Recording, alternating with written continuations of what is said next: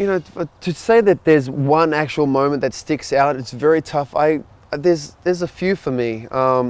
One of them, which was huge, was I think when I was 19 years old and I beat Sampras for the first time.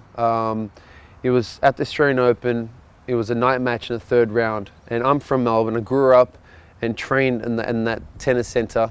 I had my families and friends watching, my town watching, and I'm playing the number one, best player in the world, most dominant player in the world, and who I respected too, Pete Sampras. And that, when I beat him in straight sets, the way I beat him, kind of in straight sets, to win that match was huge. And it was a night match. I'll never forget that. The atmosphere was incredible.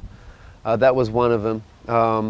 Winning two, being lucky enough to be a part of two Davis Cup wins for my country, because Davis Cup's a huge thing for tennis players. It's the only thing where you can represent your country. Because the thing is, one thing I love about tennis, it's such an individual sport, and there's only a couple of times where, when you're playing doubles, or Davis Cup is when you're playing for a team, and in Davis Cup you're playing for your country. And it's, being an Australian, we have a long history of Davis Cup success in Australia. So you grow up seeing, certain matches where Australia, won the Davis Cup, and it sticks in your mind, and you always dream about being in that position. And I was lucky enough to be in that position twice, where both those matches I won. The first one was in '99 against France in foreign soil in Nice on clay. Weren't expected to win, and I won both my matches, in that last match to beat Peeling to win it for Australia. The second one was 2003.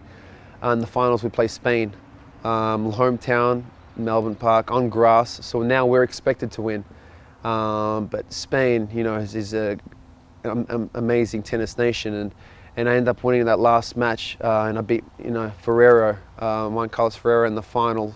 I think it was 6-love in the fifth to win it. And that was kind of that was a little more special, I feel like, because he was at home in Melbourne, and the fact that after I won the first two sets, but then I tore my pec muscle at the end of the second set. So actually my right pec muscle, so it was in a lot of pain, and then lost the third set and the fourth set, and then somehow regrouped to win the last set 6-love.